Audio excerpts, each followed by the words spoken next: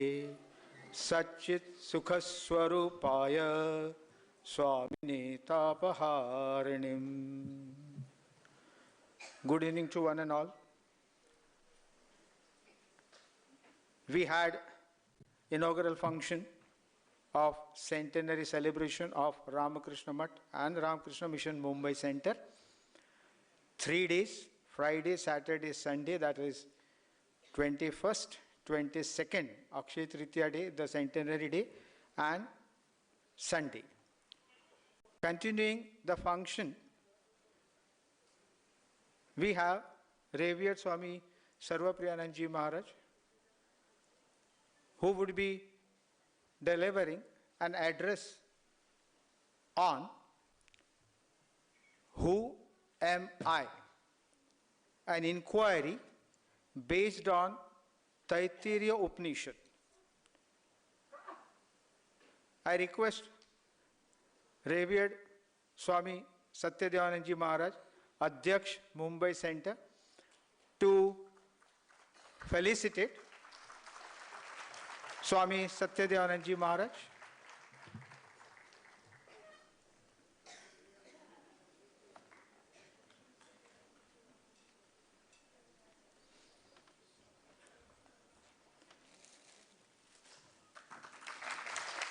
Pranam Maharaj, thank you.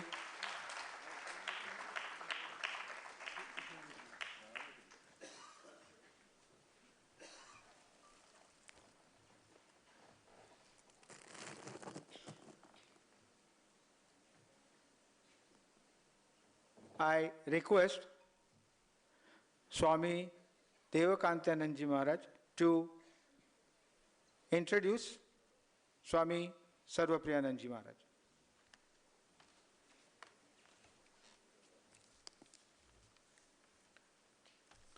Swami Sarvapriyananda has been the minister and spiritual leader of the Vedanta Society of New York since January 2017. He joined the Ramakrishna Mutt in 1994 and received sannyas in 2004. He served as an acharya, teacher of the Monastic Probationers Training Center at Belur Mutt. He also served in various capacities in different educational institutes of the Ramakrishna Mission in India and as the assistant minister of the Vedanta Society of Southern California. During 2019-2020, he was a Nagaral Fellow at the Harvard Divinity School. Swami Sarvapriyananda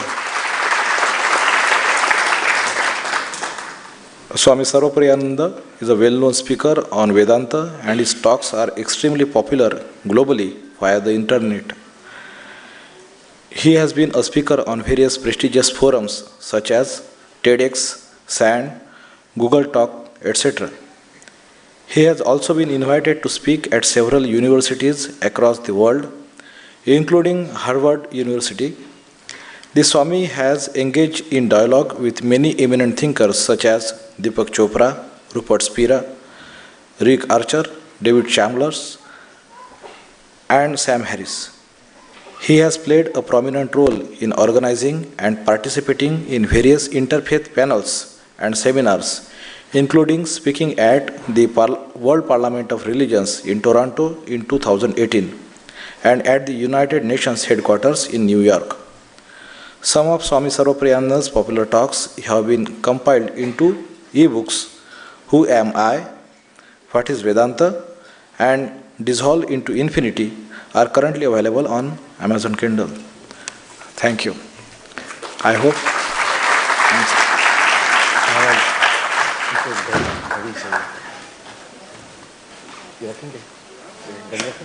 Can I keep this? Time निकलने के लिए, right.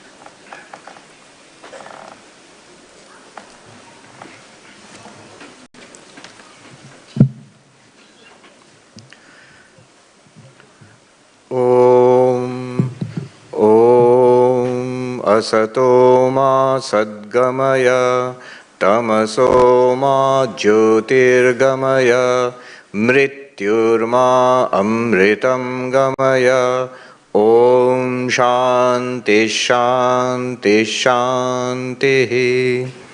Om, lead us from the unreal to the real, lead us from darkness unto light, lead us from death to immortality.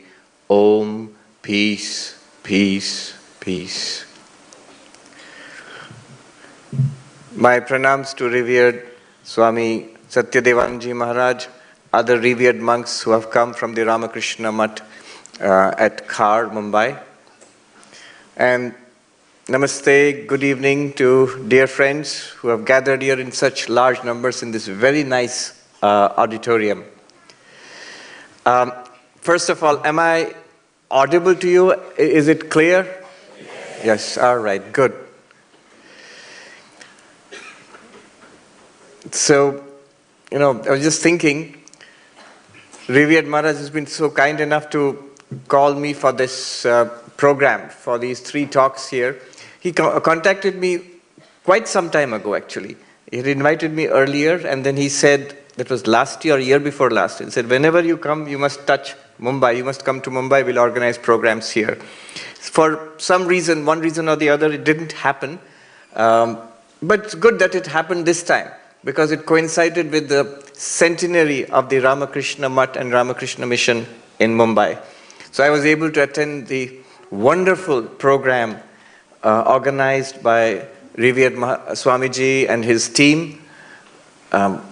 Nearly 200 monks attended that program. It's such a wonderful thing to see, and I'm very grateful that Maharaj invited me here for this wonderful occasion. Now, there is a connection between my teaching Vedanta and the Ramakrishna Mutt here in Mumbai. So many people think that why does he talk so much about Advaita Vedanta? There is a connection. The connection is those who have been going to the Ramakrishna Mutt Mumbai, those who are seniors who have been going for a long time, you may have come across one Swamiji, Kalipada Maharaj. Some of you know him? It seems that some were saying that he was known as Chocolate Maharaj because he used to give, it seems, toffees, chocolates to people who visited. And he was here for a very long time. I remember the first time I came here, I met him here. And then later I met him in Belur Mutt. He was in Belur Mutt. He has passed now, recently. I think last year he passed away, probably. Very senior Swami.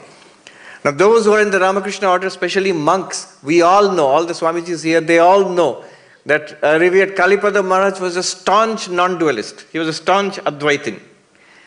And he used to encourage me in studying and teaching Advaita Vedanta. And when I was sent to the United States in 2015, he said to me that, so they are sending you to the West, to America. In Bengali he said, Bhalo kore Advaita bolbe. Teach them Advaita properly. Do a good job of it. And I spoke with him a couple of times, maybe 2 or 3 times over the phone in the past few years before he passed away. And each time he expressed his happiness. That he said, in Bengali he would say, Ami shunechi, tumi Advaita shekhacho poracho okhane, ami khushi. I've heard that you are doing a good job of teaching Advaita Vedanta. That makes me happy. So there is a connection to my teaching Advaita Vedanta, maybe not the only reason, but that's one strong reason why I stress Advaita Vedanta there. Whether I was first of all in the Vedanta Society in Southern California, and now in the Vedanta Society of New York. So what we will do in these next 3 days, today, tomorrow, and day after, is usually what I usually do, talk about Advaita Vedanta. And Advaita Vedanta, the message is pretty simple. We all know. It says that Aham Brahmasmi, I am Brahman, Tattvamasi, you are that. That means that absolute reality. So this message, but we will do it 3 times. Today, tomorrow, and day after. And the way I have thought about going about this is I have selected 3 texts, 3 of my favorite texts. So today is the Taittiriya Upanishad, tomorrow is the Ashtavakra Gita, and day after tomorrow is taken from the teachings of Sri Ramakrishna. So a small booklet of compilation of Sri Ramakrishna's teachings. So these three texts, all of them, the discussion, the message is the same. It's nothing new. It's the same message, a very ancient message. Aham Brahmasmi, I am Brahman. Shankaracharya sings, Chidananda Rupa Shivoham. I am of the nature of pure consciousness and bliss. I am Shiva, I am Shiva. That message, that teaching. Today I think the talk is titled, Who Am I? I think most of us who have been studying Advaita Vedanta, listening to the talks, we all know the answer. I am Brahman. we all know the answer. But we must understand that in depth. So 3 talks, today, tomorrow and day after. And after the talks, we will have a short question answer, a brief question answer. The volunteers will set up a microphone somewhere here, and then I will invite you to come forward with your questions. Try to keep the questions relevant to Vedanta, to Advaita Vedanta, as far as possible. You're free to ask whatever you like, but basically something relevant to today's discussion would be interesting. The format of learning Advaita Vedanta is Shravana, Manana, Nididhyasana. Shravana is you hear. We first listen to the teaching carefully. And that's very important. There is a way of listening to, and there is a way of not listening to teachings also. How one should not listen. One Tibetan Lama, he said that when they study Tibetan Buddhism, they are told, in the first class, they are told how not to listen. How to listen and how not to listen. Don't listen like a leaky pot. First, don't listen like an upside down pot, like a leaky pot, like a dirty pot. So what's an upside down pot? When you take a pot, you want to collect water, you turn it upside down, no water will collect. You keep pouring water, it will just slide off. So sometimes people are like that. You listen, lot of talks, read lot of books. What did you understand? I don't know, something he was talking about. Revered Ranganathanji Maharaj used to talk about this. He gave a talk on Vedanta in the Ramakrishna mission in New Delhi. This was in the 60s or 70s, I think. And after the talk, as people were leaving the auditorium, he said, I made a mistake of asking one of the audience members that, Kaisa laga, this lady who turned up for every talk. And she said, Bahut badhiya Swamiji. Very good Swamiji. So, kya acha laga aapko? What did you like about the talk? He said, that's what was a mistake. I should not have asked. And this lady said, kya pata, badi Vedant ki baatein kya pata. So that's an upside down pot. I listen, but nothing is collected there. One should not listen like that. Second is like a leaky pot. I listen, but I'm unable to hold on to it. After some time, it's gone. And third is a dirty pot. A dirty pot is, there's some dirt already in the pot. So no matter what you put in it, water or milk, it gets spoiled. So suppose a dirty pot is like, I have come to listen, but I already have preconceptions. That I know this guy, what he's talking about is nonsense. I know it's nonsense. If you know it's nonsense, then whatever is collected is already, is spoiled by that preconception. So just listen with an open mind, that is Shravana. Then after we listen, we have questions. We should have questions. If we don't have questions, we haven't listened. Because the teaching of Advaita Vedanta is so shocking, so stunning. One should have questions. I don't know if it was Niels Bohr or somebody who said about quantum mechanics that if you're not shocked by quantum mechanics, you haven't understood quantum mechanics. Similarly, I say that if you're not shocked by Advaita Vedanta, we have not heard, we have not even begun to understand what Advaita is telling us. It's so stunning. It's so counterintuitive. So questions. And either you think it through, some of the texts, they have questions themselves, question answers. So mananam is thinking it through. And then finally, nididhyasana, which is Vedantic meditation. What I have heard, what I have understood, I stay with it. The information is collected at the Shravana stage. The understanding comes at the Manana stage. And to make it a living reality, that comes at the Nididhyasana stage, Nididhyasana Vedantic meditation. Or to put it in technical terms, what Advaita Vedanta, in the classical Advaitins will say, the first question is, what is the teaching? That will be answered by Shravana. You listen. That's the teaching. You read the book. Then you know what the teaching is. The second question will be, but I don't understand this teaching. Asambhavana. It's impossible. How am I Brahman? How am I pure consciousness? I am just this fellow. So this doubt will be cleared up in the second stage. First stage, I know what the teaching is. Second stage, now I know what the teaching is, I understand it also. Because the first stage, one might know what the teaching is, but may not understand. We may have so many doubts. And the third stage is, I not only know what the teaching is, I understand what the teaching is, but also it's real for me. It's a living reality for me. Then the third stage is completed. We must switch off the mobile phones. That's also what one we should do. Or put it on silent at least. Okay, so the little bit of questions we will deal with as after the talk. You can come and ask the questions. Good. So today's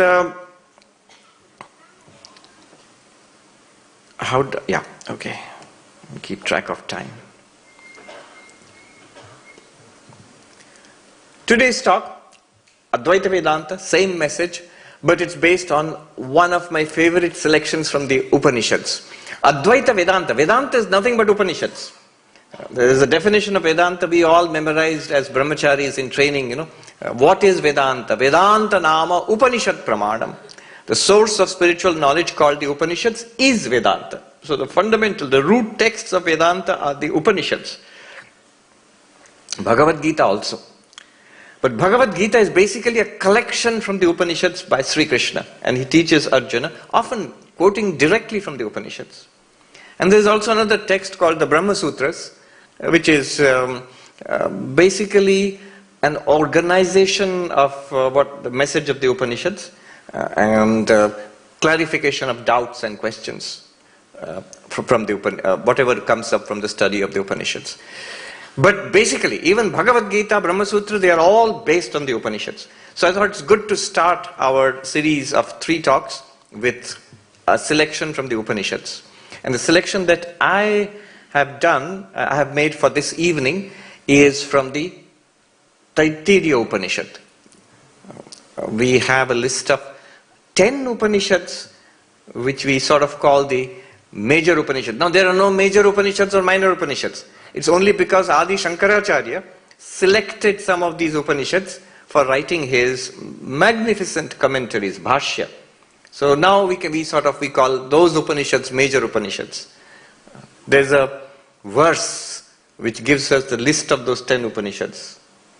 Isha kena katha prashna mundamandukya titirihi aitareyam cha chandogyam brihad aranyakam tatha. 10 Upanishads. Adi Shankaracharya wrote commentaries on that, and they form the textual basis of Vedanta. Of course, in this case, we're talking about Advaita Vedanta. This evening's selection is from the Taittiriya Upanishad. And the Taittiriya Upanishad, there are basically 3 chapters. The second chapter, it gives you this heart of this Advaitic, the Vedantic teachings. The second chapter is called the Brahmananda Valli, or Brahmavalli, or Anandavalli. And the second chapter of the Taittiriya Upanishad starts with this one short sentence, beautiful sentence. It's sort of, for me, it encapsulates the entire teaching of Vedanta. So I'm going to chant that portion, translate for us, and then we will focus on one sentence for this evening. What is this section? Taittiriya Upanishad, the second Valli or second chapter. The first sentence is, Brahma Vedapnoti Param. The knower of Brahman attains the highest. Brahmavid, the knower of Brahman, attains the highest. Now this sentence, so simple, but there are 3 elements here. One is Brahman. This word is introduced, Brahman. The second is knower of Brahman, to know Brahman. And the third element is What is the result of this? Why are we here? What are we looking for? Attains the highest. So immediately we have these three questions, or we should have these three questions. When we hear the knower, the claim is made, the knower of Brahman attains the highest or the ultimate. So our question is, first of all, what is this blessed Brahman? Knower of Brahman attains the highest, so I must know what are we talking about? What is Brahman? That's question number one. Question number two, knower of Brahman. So how does one know Brahman? How do you become a knower of Brahman? And then third is, attains the highest. So the question would be, what does it mean attaining the highest? The highest, what is the highest? What will I get out of this? Vachaspati Mishra, one of the greatest philosophers of ancient India, he starts his wonderful commentary, the Bhamati, on Shankaracharya's Brahma Sutra Bhashya. The first sentence is that, he says, without an eye on the goal, the purpose, even a crazy person will not engage in any endeavor. So, what is the purpose? What are we going to get out of this? So, three questions. What is Brahman? How do you know Brahman? And third, what do we get out of this? And the next few lines in the Taittiriya Upanishad, that section, answers each of these questions. Mobile. Yes. So the next three lines. Question number one. What is Brahman? Tadesha bhyukta satyam jnanam anantam brahma. It is said thus in the Vedas. Brahman. What is Brahman? The question. Brahman is reality or existence, knowledge or consciousness, or infinity. Brahman is satyam jnanam anantam brahma. Brahman is infinite, limitless. Limitless what? Satyam, truth, reality, existence. Jnanam, knowledge, consciousness, whatever you call it. Yeah. That is Brahman. Alright? Still very cryptic. It could do with some explanation. As in Uttarakhand sadhus say, Mahatma ji thoda khol ke boliye. Explain it a little more. We will do that. That's our evening's program. But the other two questions, how do you know Brahman? How do you become a knower of Brahman? The next line says, Yo Veda Nihitam Guhayam Parame Vyoman. How do you know Brahman? You have to know Brahman as residing in the sacred space of the cave of the heart. Brahman as residing in the sacred space of the cave of the heart. What does that mean? That's just a poetic way of saying you have to know Brahman as I am Brahman. Sacred space of the cave of the heart is this, I. Brahman has to be realized as Aham Brahmasmi, I am Brahman. How do you do that? There is a whole process will be explained in the next few sections of the second chapter of the Taittiriya Upanishad. The whole of Panchakosha Vichara will start. The methodology of discovering Brahman by examining the 5 levels, the 5 sheets or 5 levels of the human personality. A procedure will be given to us. I will not touch upon the procedure today. I will talk about it a little more tomorrow and more in detail on the third day. Third question was, what do we get out of it? What is this highest thing that we will get? And the next line gives us an answer to this third question. So ashnute sarvan kaman saha brahmana vipaschiteti. The one who realizes Brahman. Brahman is infinite existence consciousness. And you realize Brahman, you know Brahman as I am Brahman. And then the result will be you, that person who is the knower of Brahman, you enjoy the fulfillment of all your desires at once by knowing this Brahman. So all that we could want in life, whatever we want in life, we will get the moment we realize that we are Brahman. Now, straight away, a disclaimer. This doesn't mean that my, Christmas wish list, New Year's wish list, I want all these things, these gadgets and these movies and this kind of food and this kind of vacation and whatever my wish list in life. All of that I will get the moment I become enlightened. Doesn't mean that. Somebody sent me an email yesterday, I think, saying that, Swami, it's great that you are here in Mumbai. I'm sending you my wish list for this year, 2023. In that wish list, one item is meet Swami Sarvapriyananda. So you have to fulfill my desire because now this is a chance to meet you. So it's not that I will fulfill all my desires by becoming enlightened. No, what it means is that the reason for which I have these desires, the reason that if I fulfill these desires, I will become fulfilled, I will be happy. That happiness which I am seeking by trying to fulfill these desires, that happiness I will get by becoming enlightened. Let me repeat that. All the things that we want in life, we want them for some reason. Why? Because we feel if we get those things, it could be money, it could be a degree, it could be relationships, it could be likes on Facebook, whatever it is. If I get that, I'll be happy. That is the kind of the thinking behind it. That happiness we will get deeply, permanently, when we realize that we are Brahman, our real nature, that we are this limitless existence consciousness. So, all right, summing up, what do we have? We have this amazing, simple, powerful, amazing statement. Brahma vidapnoti param. The knower of Brahman attains the highest. It sort of sets the agenda for Vedanta.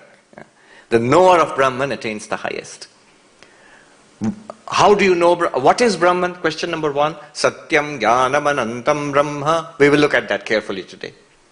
How do you know Brahman? You have to know Brahman as, not as I know Brahman. That won't help me. You have to know Brahman as I am Brahman. Aham brahmasmi. And then what do we get out of it? We get fulfillment. Dukkha nivritti, ananda prakti. Transcending sorrow forever and attaining limitless, unchanging fulfillment. What we are looking for in life. So that is the promise. So since the promise is so great, a tremendous promise, we should take this seriously. Before I jump into it, let me say, spirituality is of different kinds. One kind of spirituality is the dualistic devotional spirituality. God exists and I have love, devotion, faith in God, and that solves my problem. And that's the kind of common kind of spirituality which is whether if you are Christian, you believe in Father in heaven and Jesus Christ. If you're Muslim, you believe in Allah. We believe in Ganapati Bappa. So God exists. I have faith. That begins with faith, because you can't have that without faith. And my relationship to God is one of devotion, surrender, faith, love, bhakti. That's one kind of spirituality. Another kind of spirituality is not faith-based. It's based on experience. Swami Vivekananda said that religion is realization. Religion is not believing in something. So Patanjali Yoga comes and tells us, not believing in something. I will show you these exercises. You sit in this way, breathe in this way, meditate in this way, and you will get experience showing you the validity of the claims of religion, of spirituality. That Vivekananda says, if I have an immortal soul, I must feel it. If God exists, I should be able to see God. After all, what transformed Narendranath Datta into Vivekananda? He went around asking, sir, have you seen God? Not does God exist? No. Have you seen God? Experience, God experience. And he found Ramakrishna Paramahamsa saying that, I have seen God. The way I am seeing you, even more clearly than that. That even more clearly, we will understand more clearly today. What does it mean? So that is the way of experience. There is another, that is the yogic way. One is the bhakti way, one is the yogic way. There is another way. The way of knowledge, jnana yoga. What is this way of knowledge? The way of knowledge is, Advaita Vedanta claims what you are seeking is already there. That Brahman which you are seeking, that ultimate reality which we are seeking, is already there. It is you. But you don't know it. We don't know it. The problem is ignorance. See, in bhakti, the problem is lack of faith. And the solution is to have faith. In yoga, the problem is the unsettled mind, because of which we are unable to see our real nature. So the solution is to settle down the mind in meditation. In jnana, the problem is ignorance, not knowing our real nature. And the solution is knowledge, to gain knowledge. And the way to gain knowledge is enquiry. In Vedanta it is called vichara, enquiry. So what we are going to do today, what we are doing now, we have already started, is enquiry. Today, tomorrow, day after. I am not going to talk about the Upanishad, Vedantic texts. Do not talk about a God which you have to believe in. They are not even talking about a certain set of exercises. You have to sit in this way, meditate in this way, then you will have some particular experience. Not even that. See, there are problems with these approaches. If you take a purely devotional approach, nothing wrong with devotional approach. It's a beautiful, sweet approach. The devotional approach, the problem is, in this day and age, you have lots of people who don't believe in it. You will run up against people like Daniel Dennett or Richard Dawkins and others, who simply deny the existence of God. It's silly. There is, in fact, Richard Dawkins was interviewed. The interviewer said, "See, you are an atheist, but only a tiny fraction of the world's population is an atheist.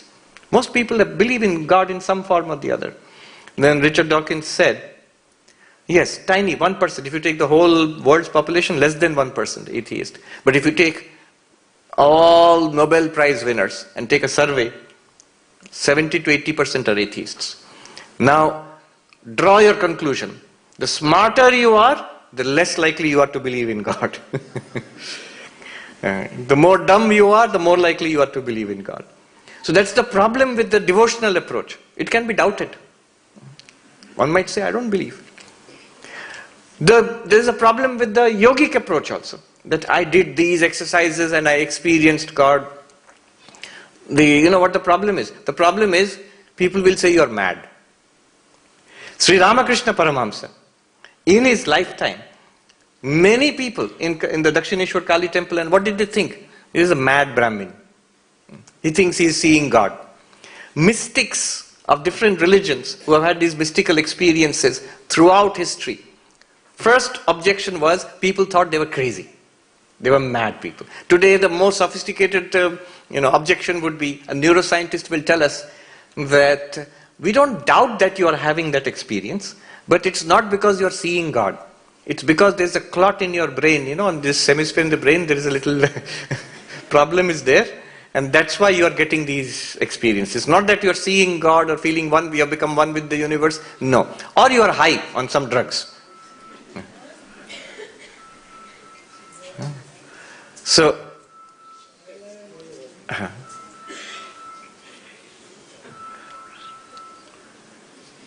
this is the objection to mystical experiences.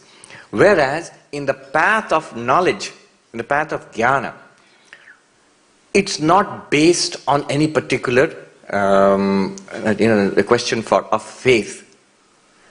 Yeah, it's all right. You can sit. We are very strict volunteers. You can sit, yeah.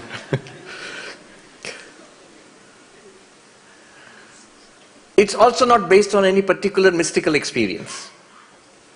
That is why this path of knowledge, this path of Advaita Vedanta is uniquely acceptable to large numbers of people. So some of the most intellectual people, some of the most skeptical people, some of the most highly trained minds, this path is acceptable. It was, I think, yesterday or day before yesterday, Dr. R. Chidambaram had come. Yesterday? Yes. If you remember, the first thing he is a scientific advisor to the Prime Minister, and before that, atomic energy. What was the first thing he said? The first sentence he uttered was, I personally believe in Advaita Vedanta. Yeah. Recently somebody told me, you must have all heard of ChatGPT. I also tried it out a little bit. Now the OpenAI guy, Sam Altman, he was asked, tell us one thing which you believe which is not generally understood or accepted. And he said, using these words, Atman is Brahman. Using these Advaitic words, Atman is Brahman. I had a conversation with Sam Harris. He is one of the leading atheists. So he says, he is completely against religion. Completely against religion. But he says, Advaita Vedanta has this core of truth. Advaita Vedanta and Dzogchen Buddhism, in Tibetan Buddhism. He says, it has this core of truth which we cannot deny. There is something to it which cannot be denied. So, this is the unique thing about Advaita Vedanta. It has these twofold benefits. One is, if I've seen many people who are skeptical about spirituality, religion, but they find this convincing, Advaita Vedanta. They find it convincing. At least to some extent they find it convincing. Now many people might say, that's all right, but I am not an atheist. I believe in God. I am a religious person. Or at least to some extent I believe in God. So what can Advaita do for me? What Advaita can do for a person who believes in God is, once we begin to understand what Advaita is telling us, our feeling will be, it's no longer that I just believe in God. Now I know it is true. It's no longer that I believe. I now know it is true. Your belief will become stronger. It will become much more solid, much more grounded if it is, if this Advaitic understanding comes. So anyway, we will focus on the crucial question. What is Brahman? Advaita Vedanta is telling us you are Brahman. Now the title of today's talk is Who Am I? I think a better way of putting it would be What Am I? Who am I is a person. Who am I? I'm Sarvapriyananda. But what am I? Am I just this biological, this physical body? Am I just this mind, a psychological creature, or something else? So what am I is actually a better, a more precise question to ask. And Advaita Vedanta answers, Satyam Jnanam Anantam Brahma. You are Brahman. And what is this Brahman? Satyam Jnanam Anantam Brahma. We will tease apart this one sentence. That's what we will do for the remaining time that we have. Okay. Satyam Jnanam Anantam Brahma. And the way to start this is, you have to follow me very carefully. It's one of my favorite sentences from the entire Upanishadic literature. And this short, cryptic, powerful sentence. So you have to start with the Anantam. Anantam, this Sanskrit word Anantam means limitless. Anta means limit. Anta, end, limit. In fact, Vedanta, the end of the Vedas. But end means, of course, not literally the end of the Vedas, but Anta in the sense of Siddhanta, the final conclusion, the highest teachings of the Vedas, which is found in the Upanishads. Sometimes it's at the end of the Vedic corpus, but literally it means the highest teaching. The Professor Arindam Chakravarti, who teaches Indian philosophy at Hawaii, and also he was in Stony Brook, he gave a very nice interpretation of Vedanta. You see, it's often Vedanta is also called the razor's edge. So Anta also means edge. So Vedanta is the cutting edge of knowledge. It's not some ancient knowledge. It's the cutting edge of knowledge. Vedanta. Ananta. What is Brahman? The first word used is Ananta. Anta, end, limit. Ananta, no end or no limit. Another word you can use is infinity. And limitless. So Brahman, first thing we learn is Brahman is Ananta, limitless. By the way, as we go into this definition, which we are going to do now, we'll begin to see that it's not just some kind of theory. The one, in fact, I'll make this claim, the one who understands this definition, what is Brahman, Satyam Jnanam Anantam Brahma, if you really understand just this definition, you will become enlightened. This definition is so powerful, so pointed, and so profound, and not difficult to understand also. Alright, so first thing that we get is Anantam Brahma. Brahman is limitless, Anantam. Limitless, but what is a limit? What is Anta? So there are three kinds of limit, three kinds of Anta, which Brahman is free from. What are these three kinds of Anta? Desha, Kala, Vastu. Space, time, object. Space, time, object. What is space, time, object? Three kinds of Anta, limit. Limitation in space. It's very simple. It sounds very philosophical, but actually it's pretty simple.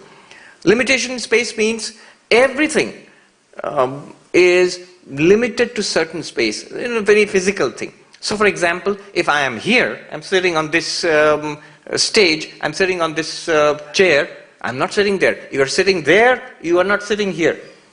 You are limited in space. This body is limited in space. The city, Mumbai is limited. Even this very big auditorium is still limited in space. There is an inside the auditorium, there is an outside the auditorium. There is a limitation of, this big city of Mumbai. This is also limited in space because there is something outside Mumbai.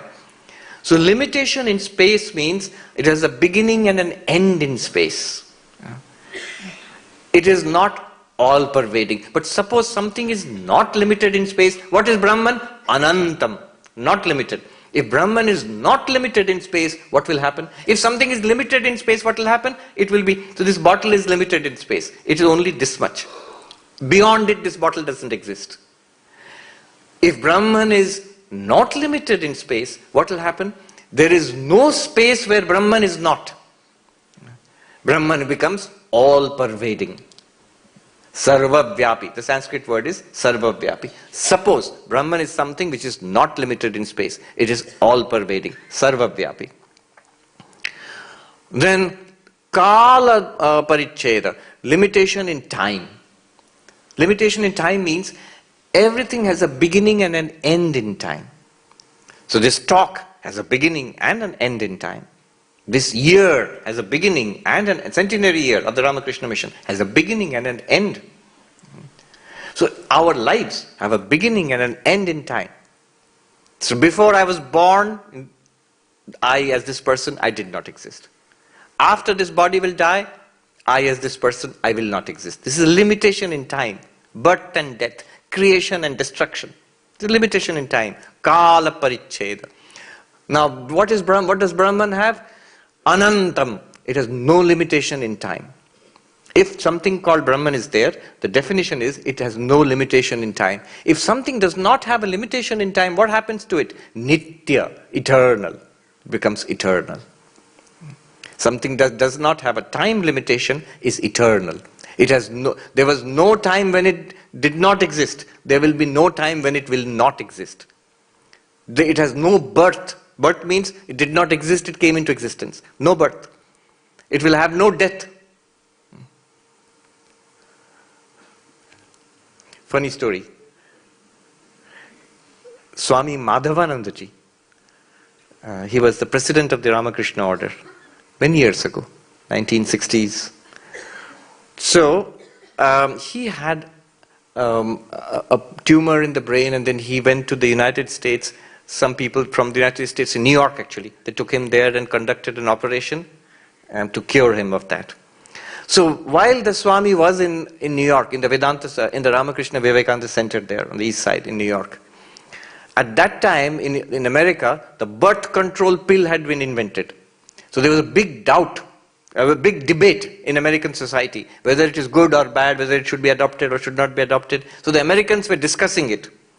And the Swami was sitting at a distance. Of course, the Americans thought, Swami will not be interested in these things. So are you in support of it? Are you against it? Then the Swami from that side, he said, I support it. Then they looked, oh Swami, you know about it, you are interested. And the Swami said, yes, no birth, no death. That is birth control.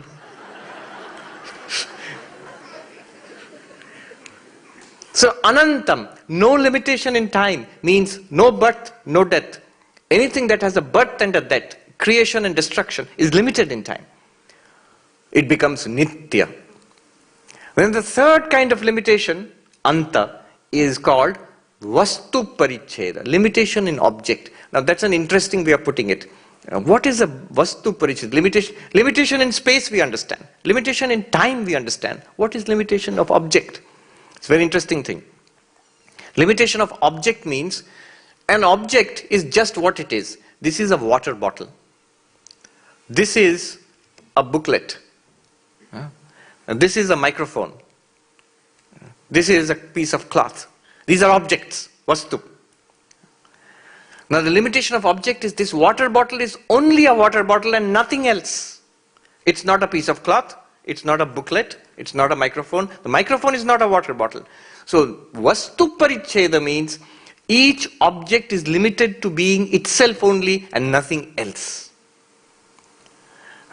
So everything else is different from it. Why is it a limitation? Because then it is not other things. It's only water bottle and only this water bottle. It is not even this other water bottle also. So it is just limited to being this. Now if something does not have Vastu Paricheda, what is Vastu Paricheda, limitation of object? It is different from all other objects. If something does not have Vastu Paricheda, what will happen to it? There will be no object different from it.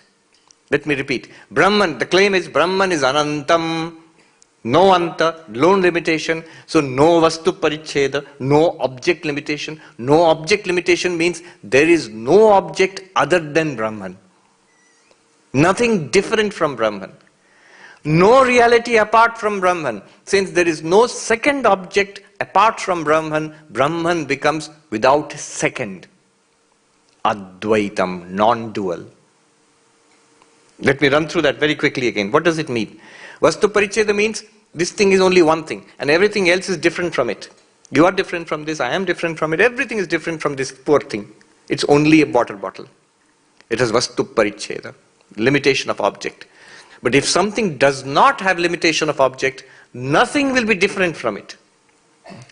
There will be nothing different. So Brahman, suppose Brahman, it is said Brahman does not have object limitation. That means there is no object different from Brahman, other than Brahman. If there is no second object apart from Brahman, Brahman becomes without a second. Without a second, if you put it in Sanskrit, Advaitam. Second, Dvaitam. Without second, Advaitam, non-dual. Second means dual, non-dual. Brahman becomes non-dual. Let's put it all together. Anantam. Anta means limitation. What kind of limitation? Space, time, object, desha, kala, vastu. Anantam means no space limitation. Sarvavyapi, all-pervading. This no time limitation. Kala Paricheda. No time limitation means Nitya, eternal. Vastu Paricheda, object limitation. No object limitation means Advaita. So, Brahman, just that one word, if you unpack it, what do we get out of it? We get the Upanishad is telling us Brahman is Sarvavyapi, all-pervading, is Nitya, eternal, is Advaita, non-dual. That comes out of just this word, Anantam, limitless. So all right, we will think that, fine, this sounds very theoretical, abstract. So Brahman is all-pervading, without a second, Advaita, eternal. These are just words. Such a thing, does it actually exist, first of all? And second, how is it that I am such a thing? So does it exist? Is there such a thing at all? Is there something called Brahman? Advaita Vedanta says, yes, there is. And it's most obvious. It is right here. Swami Vivekananda used to call it the open secret. It's right there, we don't see it. This definition will show it to us. Will show us Brahman. How? Now let us take up the other two words. Do you remember the definition? Satyam Jnanam Anantam Brahma. Anantam we understand now. Anantam Brahma. Now let's take up Satyam Brahma. Brahman is Satyam. Satyam literally means real, true, existing. Now what does it mean, real, true, existing? Consider the things which we consider to be real. This is real, without being philosophical. Don't say, Maharaj, Jagat Mithya, bottle is Mithya. Oh, don't be so Advaitic. Let's start with common sense. Bottle is real, book is real, cloth is real, body seems to be real. So these are Satyam. Bottle, Satyam. Book, Satyam. Mic, Satyam. Cloth, Satyam. So these are Satyam. Alright, so it is said Satyam Brahma. So then bottle is Brahman, book is Brahman, cloth is Brahman. But then you apply Anantam also. It has been said Anantam. Anantam is, remember, what does it mean? No space limitation, no time limitation, no object limitation. Sarvavyapi, all-pervading, eternal, non-dual. Is the bottle all-pervading? Is it covering the whole universe? No. That would be a monstrous bottle. Is it eternal? No. It's been produced and it will be destroyed. Is it non-dual? Is there nothing apart from this bottle? Of course not. That would be ridiculous. The whole universe is apart. So this bottle has time limitation, space limitation, object limitation. How can it be Brahman?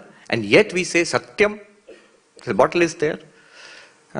Similarly, every object that we see, every object that we encounter is limited. Space, time, object limitation, all are there. Now what does it mean? The object, that world which we consider to be real, Satyam. Upanishad says Satyam Brahma. And yet whatever we consider to be real is limited. So these two words seem to clash with each other. Satyam Brahma, Anantam Brahma. Whatever we consider to be Satyam is not Anantam. Whatever we consider to be real, all these things, they are not limitless. Now, here we have to go a little deep into analysis. Let us see. Okay.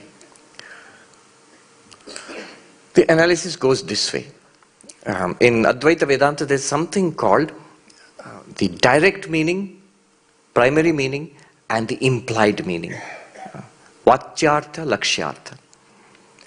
What do we have to do? We have to find something which is real, but also limitless. Then only we will say it is Brahman. This seems to be real, but it's not limitless. Now, it goes like this. Notice that in all the objects that we consider to be real, there is something common. What do we do? What do we see? Bottle, but not just bottle. Bottle is, it exists. Book, not just book. Book is, it exists.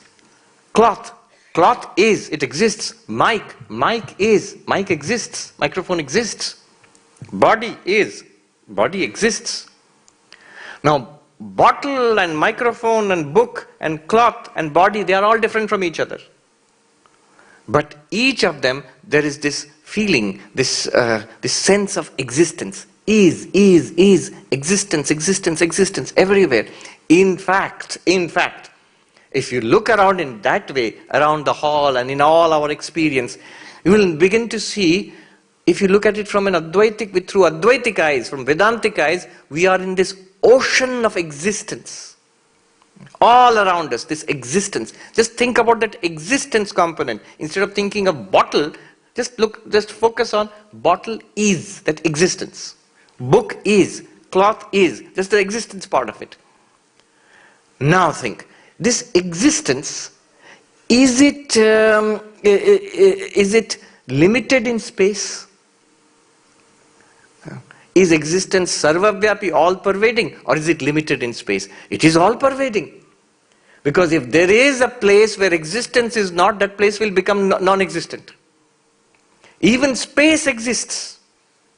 So existence as such, isness as such, is not limited in space. Wherever there is something, isness is there. Is exists. So existence is not limited. This is worth thinking about. Just dwell on it. We have this sense of existence everywhere. Existence itself is not limited in space. Is existence limited in time? Is existence created? Does existence die? Bottle is created. Bottle dies, bottle is destroyed. Cloth is created, cloth can be destroyed. Does the existence disappear?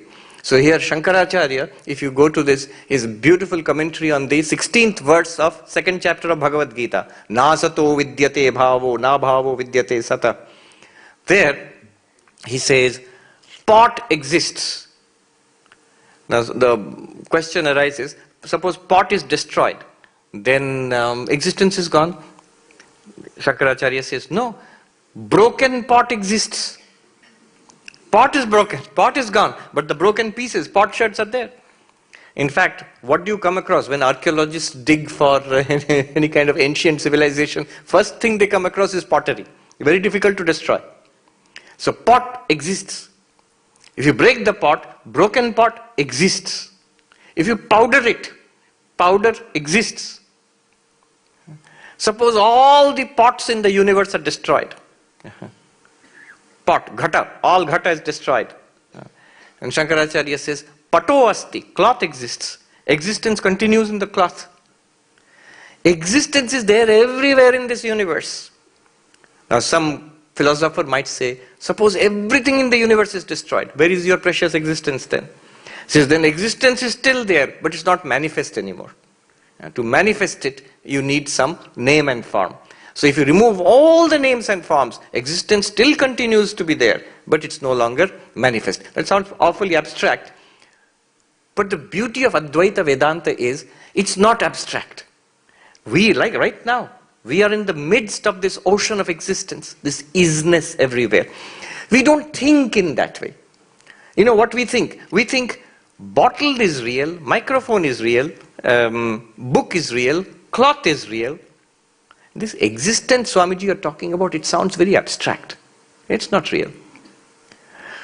Advaitins will laugh at this. They will say, it's like going to the jewelry shop. And if you look at necklace, bracelet, rings and tiaras and whatever, all sorts of jewelry are there, and you're told they're all gold jewelry, gold ornaments. Now, if somebody says, necklace is real, bracelet is real, ring is real, this gold is an abstraction. Gold is not real. You will laugh. You'll say, gold is the only reality. What you call necklace, what you call a bracelet, what you call a ring is nothing but gold with a particular name and a form and a kind of activity. You put a particular form to that gold and it's called a bracelet. You give it a name, bracelet, and you put it on your hand, on your wrist. But gold, if you understand what gold is, you will say gold is the reality. Similarly, the Advaitin says, it's not that the bottle is the reality. Reality is existence, and the bottle is a name and a form and an activity given to that existence. We think chair exists, table exists. The Advaitin will say existence is appearing as chair and table, just as gold is appearing as ornaments. Now this existence does not have a limitation in space. It is everywhere. In fact, everywhere depends on this existence. This existence does not have a limitation in time. Names and forms come and disappear in time. Existence does not arise or disappear in time. This existence does not have an object limitation. You know what is an object limitation? That this is only a bottle and everything else is different from it. Existence does not have an object limitation. There is nothing different from existence. If something is different from existence, what will happen to it? It will become non-existence. Yes, somebody has been listening to YouTube talks too much. No, but good, you're right. If something is different from existence, it becomes non-existent. Different means other than. If something is other than bottle, it can be microphone. Something other than microphone, it can be cloth. But something other than existence becomes non-existent. So there is nothing other than existence. Existence is non-dual. Existence is eternal. Existence is all-pervading. Existence is anantam. Now both conditions are satisfied. Satyam, anantam, Brahma. Existence is Brahman. This existence, it has a special name. It's called Sat. Sat in Upanishad. Sat. In fact, in the Chandogya Upanishad, when the teacher says Tattvamasi. You are that. That tat, that means what? What is being referred to? Sat, tat, sat. That existence. You are that existence. Take the next word. Jnanam Brahma. Consciousness. Knowledge. That is Brahman. This I will leave as homework for you. I'll just give you a hint. Jnanam Brahma. What is knowledge? Any kind of experience which we are having. Right now we are all having experiences. You are seeing, hearing, smelling, tasting, touching, thinking. You say, no, Swami, my neighbor is snoring. Nice, AC, it's hot and humid outside. Boring lecture, very nice place to sleep. That's also an experience. That's an experience. Knowledge. Jnanam Brahma. Waking is Jnanam Brahma. Waking is an experience. Dreaming is an experience. Deep sleep is also an experience. Jnanam Brahma. Brahman is knowledge. Knowledge not in the sense of book reading knowledge. Any kind of experience is Jnanam. Now, experience, this experience which we are having, is that Brahman? So if I look at a bottle of water, is this experience Brahman? If I drink some water, the taste I am getting, is that experience Brahman? Apply that Anantam criterion. These experiences, are they, are the experiences all pervading? No. Are the experiences eternal? No. They have a beginning and an end, thankfully. Just imagine, eternal lecture. They have a beginning and an end. Kala paricheda, limited in time. Not only that, limited in object. Vastu paricheda. Each experience is different from the other experience. All our day, throughout our day, we are having a series of experiences. Each experience is different. The experience you are having in this nice auditorium is different from the experience you are having outside. So, this is Vastu Paricheda. Experiences are different from each other. Experiences begin and end. And experiences are not all pervading. My experience and your Jnanam and my Jnanam are different. So, how can you say Jnanam Brahma? Jnana has all the limitation. Desha limitation, Kala limitation, Vastu limitation. Now we have to find something in these experiences which does not have these limitations, which is Anantam. I think you all know, Swami, now you're going to talk about pure consciousness. Yes, that's true. In all of these experiences, what's common? Knowing, awareness. Awareness is common to all experiences. In fact, what is an experience? Definition of an experience. The definition of an experience is consciousness or awareness, whatever you use. See, right here in Mumbai, you had a very great non-dualist master, Nisargadatta Maharaj. So somebody told me that Swami, Nisargadatta Maharaj says consciousness disappears at death. So consciousness is not immortal, is not Brahman. So the problem is, he spoke in Marathi and then it was translated into English. So the words consciousness and awareness is used in a different sense by him. Once you understand what is being said, so for example, he says consciousness ends at death, awareness continues. So what he means by awareness is this pure consciousness. So the concept is the same, just the words they change because of language and translation from one language to another language.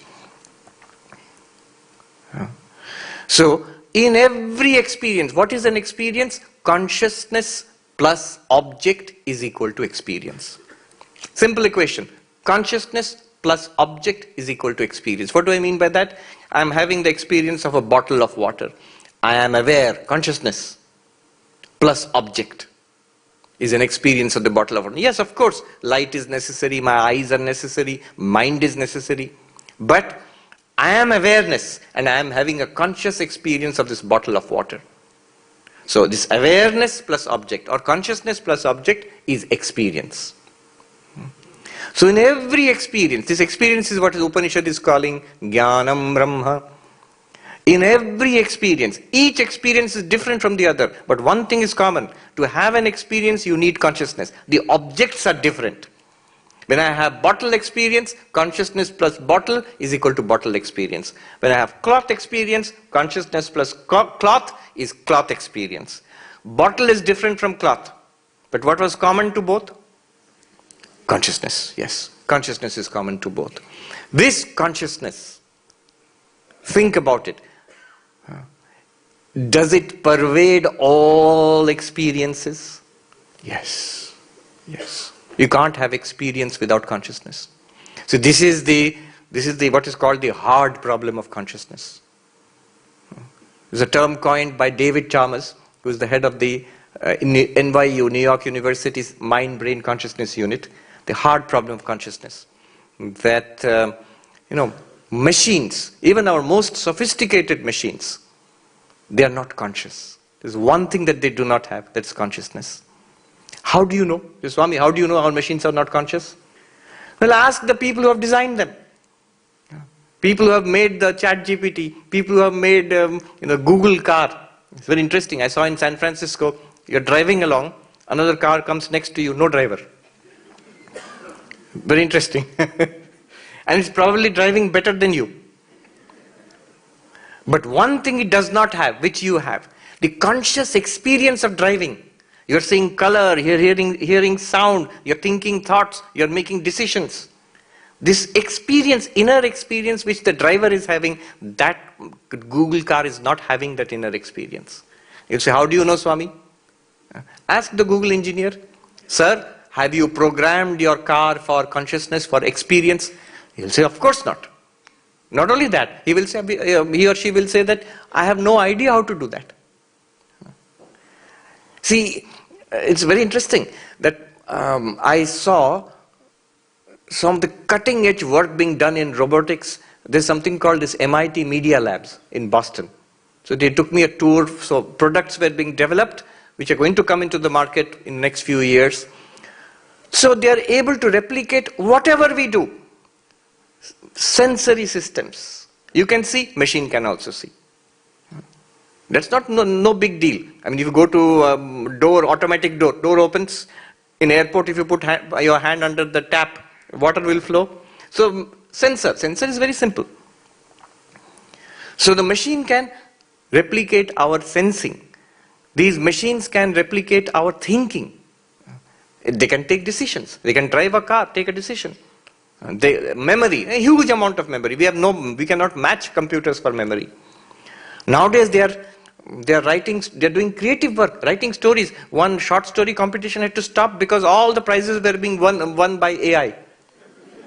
And really, so many submissions are coming, but they're all generated by AI. So everything that human beings could do is being replicated by these machines except one thing. Consciousness. Very interesting. And there are people who have reached out from top, I would say, companies in, anyway. So now they're interested, what is consciousness itself? What can we understand from Sankhya, Advaita Vedanta, Tibetan Buddhism about consciousness? Because this gap is there. There's the only one thing which we are unable to replicate. And we have no idea at all how to replicate that. So, in all experiences, consciousness is common. It pervades all experience. Does it have a beginning and end in time?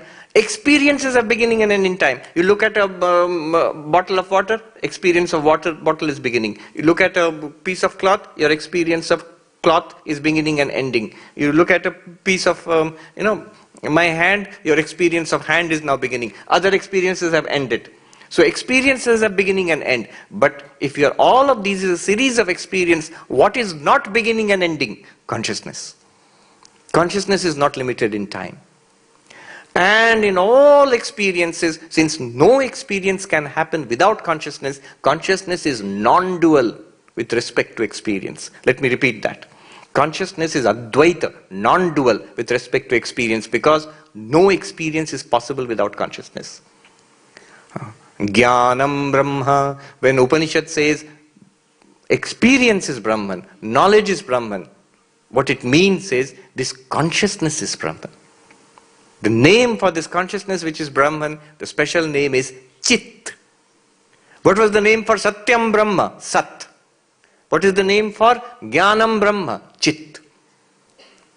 Sat Chit Anantam Brahma. Somebody was saying Anandam. Yes, we are already we are conditioned to thinking of it as Anandam Brahman. That will come in the Taittiriya Upanishad itself.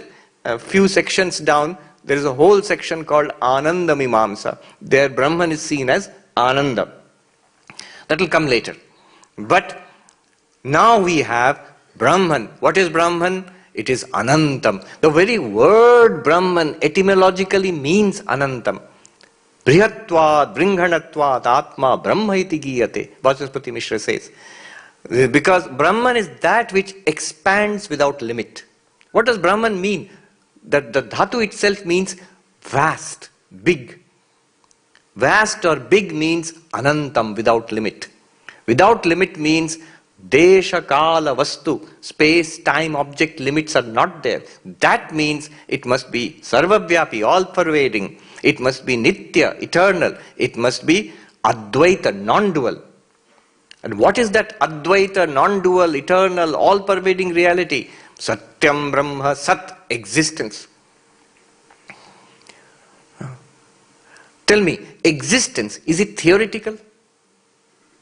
Not at all. It's the most obvious thing. The first thing that we experience is existence.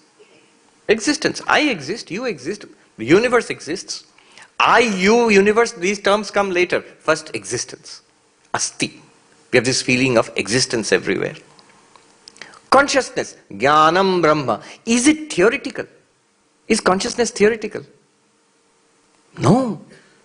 It is the very basis of our life. It's the most important thing in our life. Without consciousness, nothing is possible. If everything else disappears, consciousness alone remains. You can try an example, if you're looking now, you are there and this world is being revealed to you. Suppose I close my eyes. Now I can't see you, but am I still there? You say, yeah, I feel I am there. Though I can't see you, I am there. Suppose I do not hear, smell, taste, touch, all my senses stop. Am I still there? You will feel, yeah, I am there. I cannot see, I cannot hear, I cannot smell or taste, but I'm still there. Suppose I stop thinking. I don't even think, I am here. I'm stopped thinking that. Am I still there or not? Many people don't understand. It's a subtle point. They think my existence is dependent on thinking. I'll tell you an interesting incident. We are studying philosophy, a Western philosophy of mind at Harvard University. So naturally it begins with Descartes. And Descartes' famous cogito ergo sum. I exist, I think, therefore I exist. I think, therefore I exist. So I asked the professor that Descartes, when he says, I think, therefore I exist. Now in deep sleep, he doesn't think, Descartes is not thinking, so he does not exist. And every time he wakes up, he comes into existence again. Every day, new Descartes is born. No answer to that. They never thought in this way. So, consciousness is not theoretical. It is absolutely real. Existence is not theoretical or philosophical. It's absolutely real. It's the foundation of our experience of life itself. Isness, awareness. And Upanishad is saying, you are this isness awareness. This isness awareness, Sat Chit, Satyam Jnanam Anantam Brahma, is immortal. It has no birth, it has no death. You have no birth, you have no death.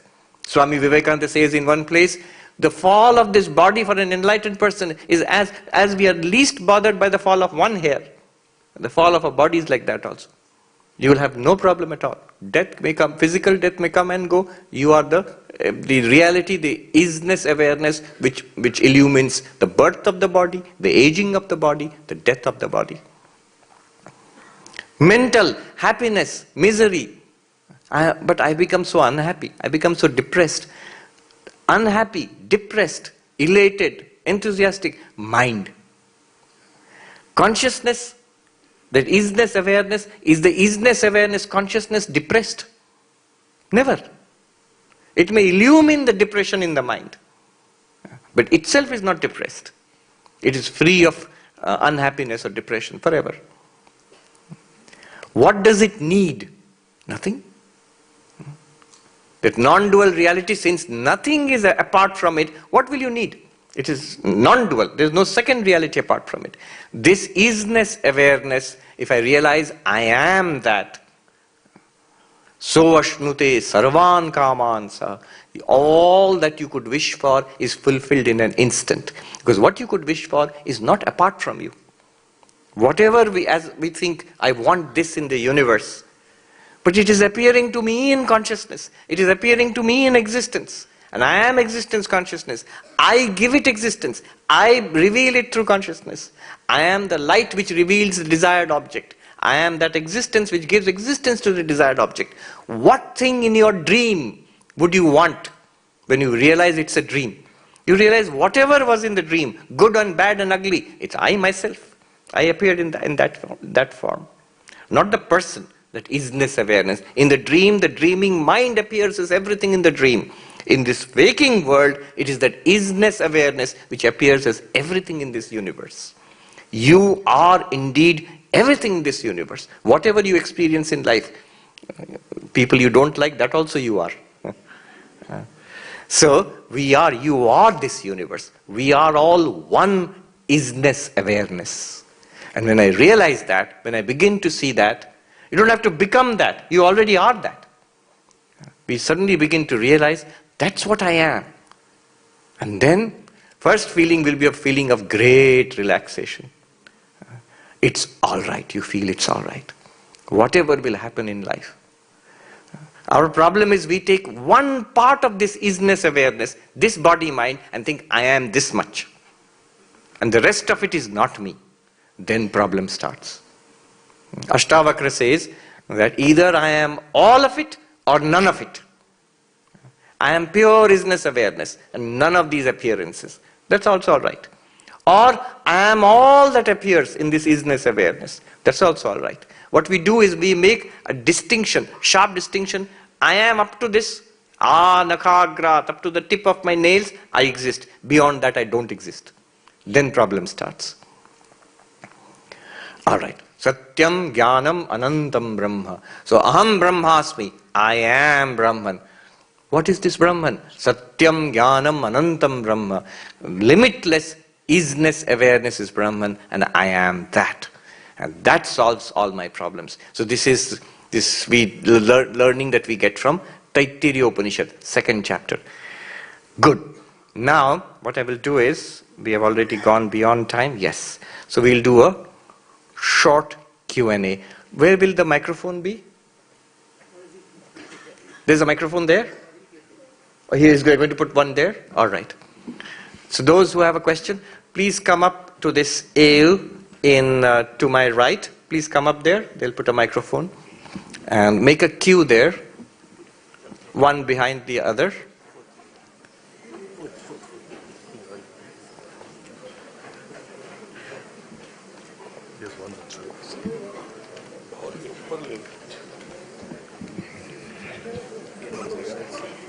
That's it. Please stop.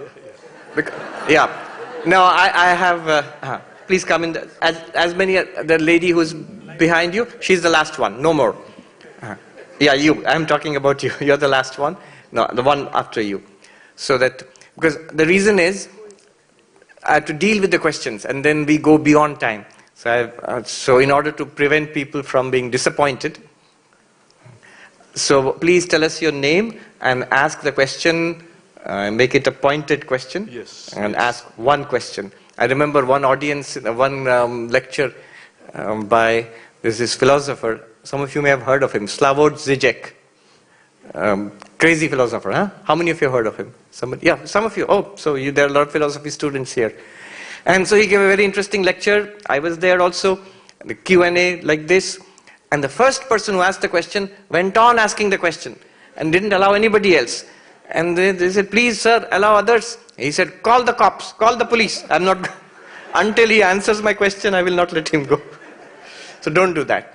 Please tell us your name and ask one question. Namaskaram, I'm Suresh Barwani from Jet King. J.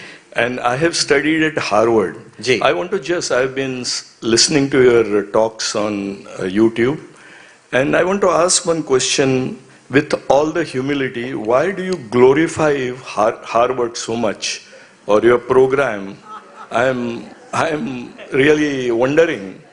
We are Hindu philosophy is so good, but many a time I feel that you are unnecessary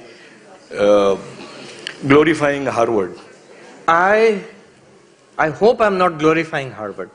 I did not expect to study there, but I got this chance, so I took it. And I had a good experience. I mean, it was an enriching experience. So, yeah, it's one of the best universities. It's a pretty good experience studying there. There is no question of glorifying it. But I feel there must be something behind that, if it's possible to... No, wait. Is it possible to explain? I feel that way. I don't know. In fact, the reason I was at Harvard is actually from Mumbai. There's a family in Mumbai, the Nagrals, who donated the money, which made it possible for Hindu monks to be present at the Harvard Divinity School. It's a very good program. I'm glad that they did it. So, what is the name of the program?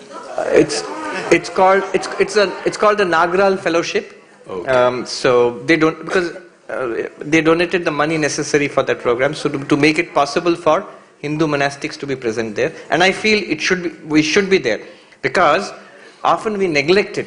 So Hinduism is being studied at Harvard, but yeah. So Hinduism is being studied at Harvard, but no Hindus are present. How interesting is that? So I think there should be a presence. Yeah. Yes, please ask. My name is Santosh Kamath. Ji. I've been hearing you for some time in the YouTube and all that.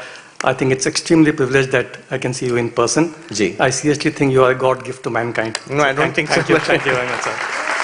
So my simple question is, whatever you explain, it's so easy to understand, but very difficult to realize. Yeah. Why does God, him, her, it, as you put it, made it so difficult for us humans to realize God? Why can't it be very simple? Because all of us are God's children. So why is it so difficult to realize God? Right.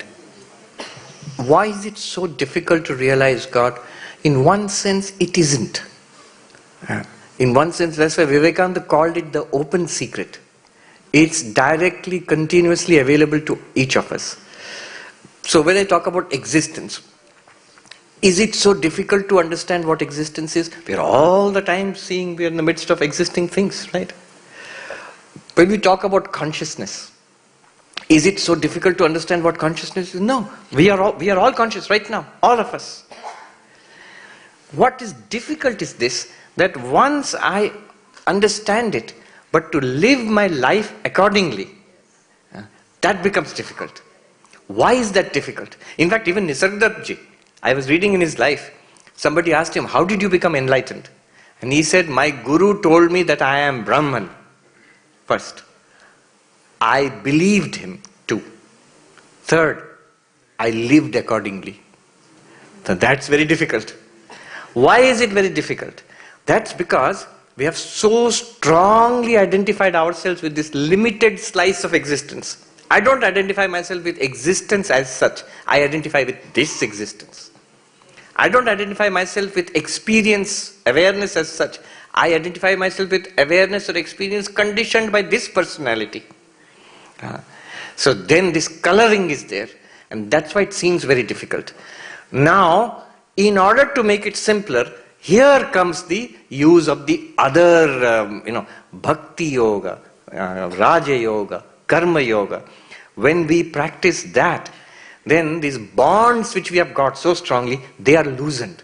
Then it becomes easier to live this understanding that I have got. Karma yoga, it makes my actions unselfish. As long as I use this body mind for my own benefit, it's very easy to say I am limitless existence, but only one little bit of existence I am glorifying, this one only.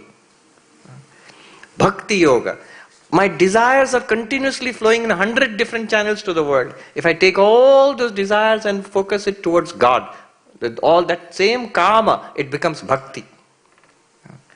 Raja yoga, meditation. My mind is scattered in 100 different, objects. If I can focus it into one thing, then it becomes much easier to the understanding which I have to hold on to that understanding. So then we see the importance of sadhana.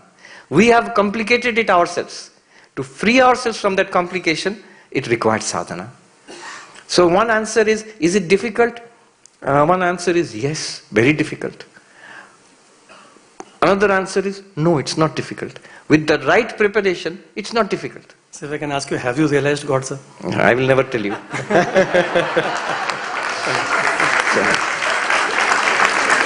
Pranam Maharaj, I am Sanjay Bhattacharya. Ji. Please allow me to ask one question and one kind of suggestion, the second one if I can. The first one is, the human race is only a part of the entire animal species in the world. And even the human species also, as Thakur said, there is three kind of, one is fish in the net, one is jumping, one is goes out of this. So why, I just wonder sometimes that the God realization, Advaita Vedanta, all these philosophies, if these are limited to only the human species, that too within a certain sect who are the seekers, and we at the same time we think that, we know that God is all pervading, the Brahman is all pervading. What happens to the other species? And we also talk about their reincarnation, they comes out. True. So without intellect, without understanding, what happens to that sect which is out of this? How Brahman helps them to... Right. So the answer to this would be at different levels. One level is, in Hinduism, Buddhism, Jainism, we all, Sikhism, the Indian religions, we feel it is one consciousness in all living beings. And only in the human being does this consciousness is associated with the mind which has freedom of will, the capacity to exercise freedom and strive for liberation. And in the human birth only, we can strive for spiritual sadhana and get liberation and so on. Other births, the other bodies, living beings, you just have to experience the results of past karma. This is just a kind of provisional answer. Advaita Vedanta, if you push it further, that's why Advaita Vedanta is very interesting. If you push it further, they will say that is also not the real answer. This whole experience of world, so many species, this particular human species, all of this is appearing to you in consciousness. You are that consciousness to whom all of this is appearing. Now, Advaita Vedanta would say, you, the consciousness, are the reality. What we do is, we take this world to be the reality, all these species to be the reality, and then we feel that among all these species, there is one human species which is trying to become enlightened. That itself is, we have already come down, we've accepted the reality of this world and bodies and this life to a great extent. Then only we make this judgment. I'll leave it at that. Okay. Second one, sir. See, whenever I listen to you, your so many sessions, I become happy because in your own words, when you actually in one of the talks I've heard, happiness is index of that PEMU described. The beautiful part is, there is an instantaneous pleasure when I listen to you, and there is an engagement and meaningfulness also by which I get stuck to it. And that is probably the reason that, many a times on the same topic, to the same audience, it still, becomes very, very engaging and we find same interesting. But we get very less opportunity due to the different works we do to go in a structured way to listen to your talks. So we fall upon reading some books and listen to your YouTube channels, etc. And when you read books, sometimes, you have to it's not narrow down the question. Question is there any way to, develop this is just a suggestion for us, any structured program or yes, this is a good channels, question. so that we can go one by one in the series and learn something in a different way. True. That's why texts are useful. Individual lectures may be very interesting, but to build up a systematic body of knowledge, texts are useful. That's why I do texts like Drigdrishya Viveka, Paroksha Anubhuti, then I have done Vedanta Sara. These are available online. And this is a very organized body of knowledge and very ancient body of knowledge. I am not the first nor the last teacher of this, yes. I am equally the beneficiary of this as we all are, right? So there is a structure. What is the structure? The structure is Upanishads, Bhagavad Gita, and at least a little bit of Brahma Sutras. And there's a whole series of texts like Vivek Chudamani, like Aparoksha Anubhuti, Drigdrishya Viveka. Different teachers have structured it in different ways, right? So I would say all of us who are interested in Vedanta, we should study the Bhagavad Gita at the minimum. And it's my personal preference, I like to start with something like Drigdrishya Viveka. Drigdrishya Viveka is a short text, and it's also a very exciting text. So it starts straight away, with a bang. But other teachers may structure it differently. So my recommendation is Bhagavad Gita definitely. If you want more than that, some of the Upanishads. If you want only one Upanishad, I would say Mandukya Upanishad. Okay. It's the shortest and most powerful Upanishad. And then you can expand out, 10 Upanishads are there. Along with that, very important is sadhana. There must be some component of karma yoga, some component of devotion, bhakti if possible, some component of meditation. Then this becomes real. The complaint, it's not practical, it's a nice philosophy. I listen to the talk, it's very nice, but after that it has no effect because of the lack of sadhana. Thank you so much. It's a good question. Thank you, sir. Ram Swamiji, my name is Anirban Yes. Chatterjee. So I've been following your lectures and interested in the understanding, but I'm a novice. So my question is on today's lecture, Brahmavet apnoti param. He who knows Brahman attains the highest. My question is, who is he here? Now, we concluded Aham Brahmasmi. A is equal to B. So we can say that A can be replaced by B. Only the problem is that in Advaita Vedanta, what we understand, there's a mirror in between. And the left side of the equation is reflected in the mirror as A, and the left side thinks that it is A. You're confusing me. So Chidabhasa.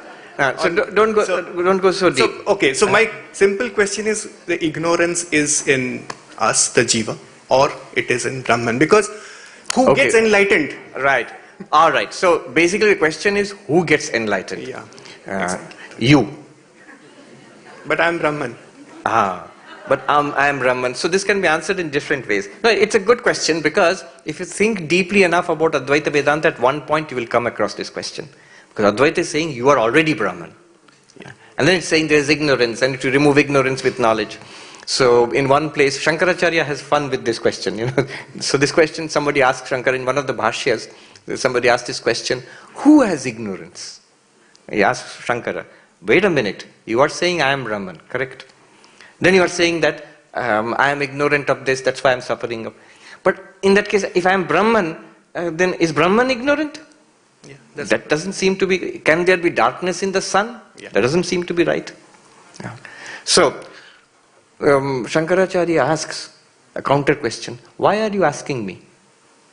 He said, because I don't know, that's why I'm asking you. Shankaracharya says, then you have ignorance. You just said, I don't know.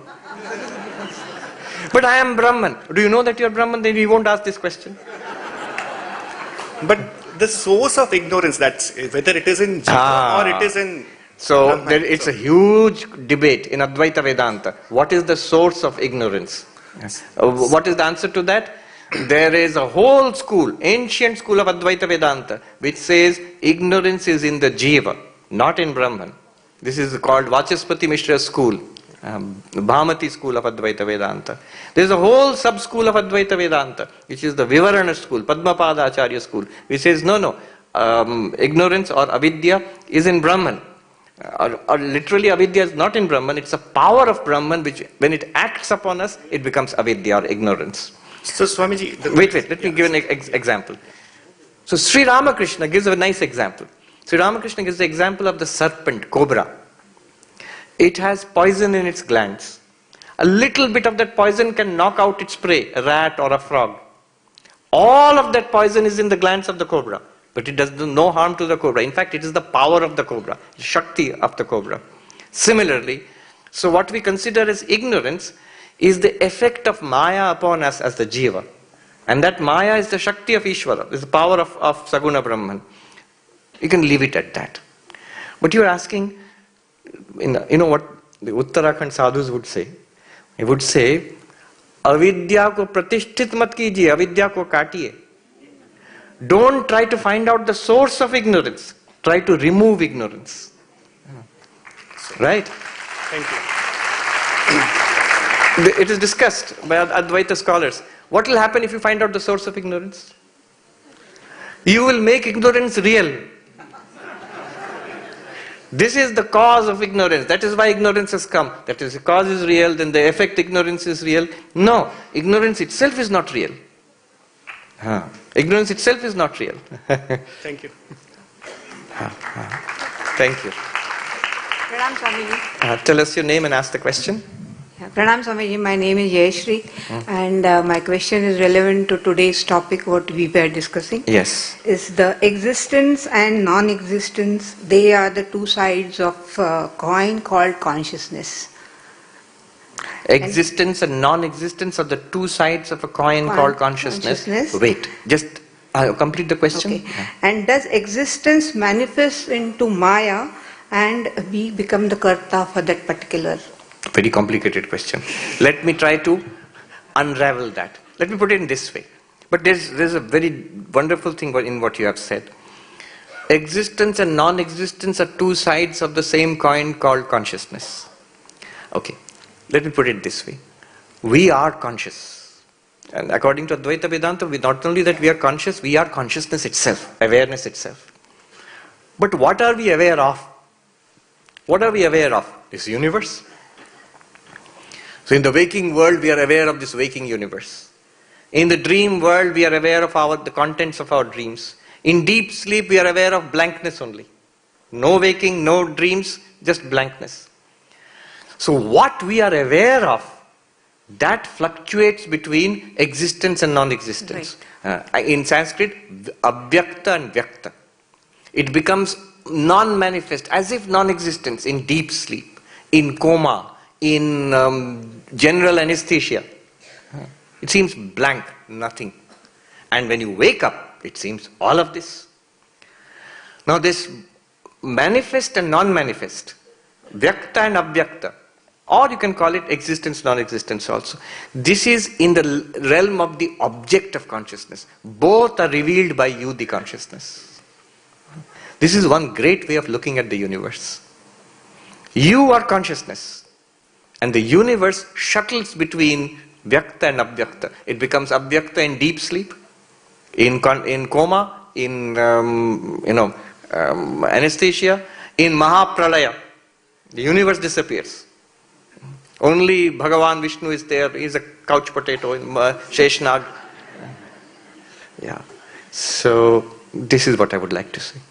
Just think about it this way. But that's how Advaita Vedanta sees this universe. Second part was that does this existence itself manifest into Maya? Existence manifests into Maya. It's Maya which manifests this universe as existence and non-existence, as Vyakta and Abhyakta. The other way around. Okay. Thank you. Thank you. Next. Swamiji. Yes. My name is Amit Goyal. Yes. First of all, a big thank you. I've been listening to you for last almost 3.5 years. So, limitless thank you. It's been wonderful. Anantam. Anantam. Yeah, and so there are millions of questions, but I will just try to pick one or two which has been bothering me. Yeah, okay. Okay, one. When Sri Ramakrishna says that yes, you can also see God, okay, does it mean he is saying through this eyes you can see, or he is talking about you can experience through certain thing? If he is saying experience, through what do you experience? Or does he mean that through these eyes I can see? So, literally through these eyes, no. Okay. Because if you see the description of Sri Ramakrishna is having a vision of Ma Kali. Yeah. He is talking to Ma Kali. Yeah. But notice, all those people around him, none of them are seeing Ma Kali. Yeah. So if it's just with these eyes, you are seeing the bottle of water, I am seeing the bottle of water. Yeah. It's not like that. But there may be two levels of this. One level is sadhakas internally in their mind, through their sadhana, have these divine experiences.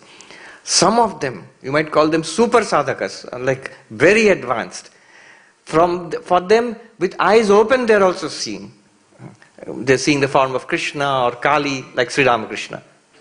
Only some sadhakas can do that. Okay. But it does not mean that they're seeing physically like with the eyes, because then everybody else would be also able to see. Yeah. Right. So these are the forms which they experience. Yes. Does it mean that? Yes, they experience. That's why they are called mystical experiences. So they are not sensory experiences.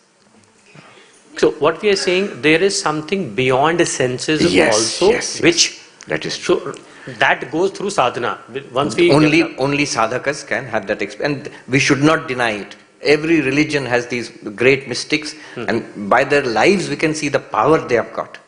So there is a realm of mystical experience which ordinary people we do not have access to. Sadhakas have access to that, and they actually experience these things. But Advaita goes beyond that. It says whether you are having this ordinary experience, or you are having experience of Krishna, Kali, or whatever it is, all of it requires you to be consciousness. Worldly experience, mystical experience, waking experience, dream experience, deep sleep experience, samadhi experience, all experience requires consciousness. And you are that consciousness. That's what Advaita Vedanta wants to say. Okay. Thank you. Pranam Swamiji. Namaste. My name is Shogato Sadhu. I have a question like, you said that nati approach you have heard in your talk. Whatever we think or define that it or this surely is not Brahman because it is objectified. Now with this body-mind concept and the small I, if I say, which I depend only on my experience, which needs an object. So without objectifying Brahman, how this body-mind concept will realize Brahman or experience Brahman? Okay, you have to simplify that question. Yeah. But you're right. The neti approach, not this, not that approach, what it does is, first of all, we must try to appreciate ourselves as pure consciousness, as pure existence. So it requires that neti approach. Right now, I am conscious, but this consciousness is mixed up with mind, with thoughts, feelings. So when I say, these thoughts, feelings, they are objects. Objects to what? To pure consciousness. Then only this, pure consciousness is isolated from its objects. A clarity comes about what is pure. And that clarity comes in the mind only. Now, your question is, how can we do this without the help of body-mind? Right? That's sort of your question. Right. This is a problem for Sankhya, but it's not a problem for Advaita. I'll tell you why. In Sankhya, consciousness and nature, Purusha, Prakriti, are separate. Yes. So pure consciousness cannot realize itself as pure consciousness without the help of Prakriti. Right? And Prakriti cannot be experienced, cannot do anything without being illumined by consciousness. Yes. So they depend on each other. But Prakriti is separate from consciousness. There you can ask the question, but then pure consciousness is helpless without Prakriti. Yes. It can't do anything without Prakriti. And the answer is correct. In Sankhya, they use the example of a lame person sitting on the shoulders of a blind person. The blind person cannot see anything, but it can walk. He can walk. The lame person cannot walk, but can see.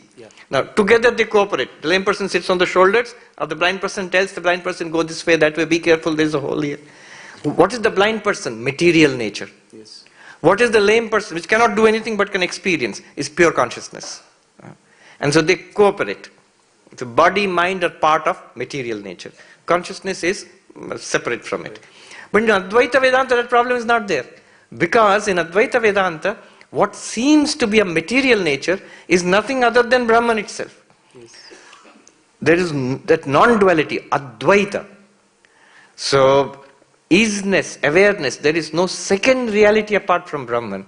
So what seems to be a material reality is nothing other than Brahman itself.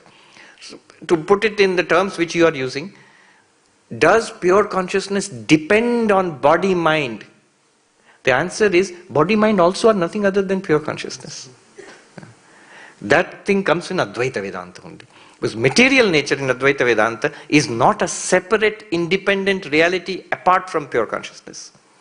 See, does this bottle depend upon, or let me put it this way, waves in the ocean out there in Mumbai? Yeah. They all depend on water. But does water depend on the waves? The waves depend on water because without water, waves cannot exist. But does the water depend on the waves? No, it doesn't. Because the waves are nothing other than water. Similarly, this entire physical universe is not anything other than isness awareness. So, the direct answer to your question is, pure consciousness, Atman, Brahman, does not depend on body-mind because body-mind is nothing other than pure consciousness. It is a mode or an appearance of pure consciousness. Yes.